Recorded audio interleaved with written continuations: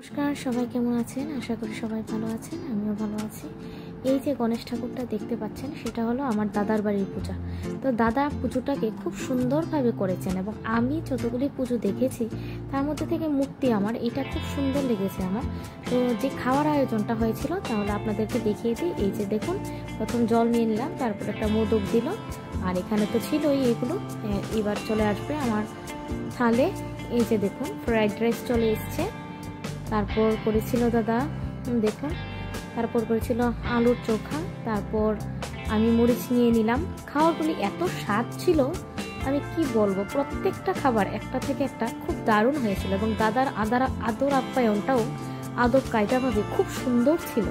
এই যে সয়া চাপ চলে এসছে, এই যে পনিরের সবজি চলে আসছে, তো খুব স্বাদ লাগছিল আমার কাছে। এবং দাদার যে আদর আপ্যায়ন করা এবং আমাদেরকে মন ভরিয়ে খাওয়াটা, আমার এটা খুব ভালো লেগেছে দাদার বাড়িতে গিয়ে।